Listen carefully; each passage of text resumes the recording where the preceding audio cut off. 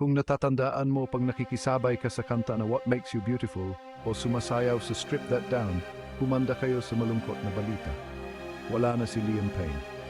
Ang dating miyembro ng One Direction na si Liam Payne ay binawian ng buhay sa edad na 31. Nahulog siya mula sa balkonahe ng isang hotel sa Buenos Aires, Argentina.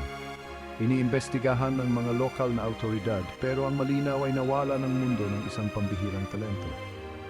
Kinapitan ni Liam ang ating mga puso mula pa noong mga unang araw niya sa The X Factor hanggang sa pagsikat niya sa buong mundo kasama ang One Direction.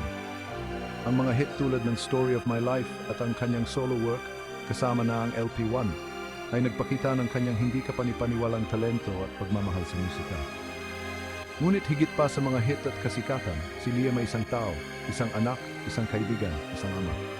Ang mga pangyayari sa kanyang pagkamatay ay nakakasakit ng puso at nagpapaalala sa atin ng kahinaan ng buhay.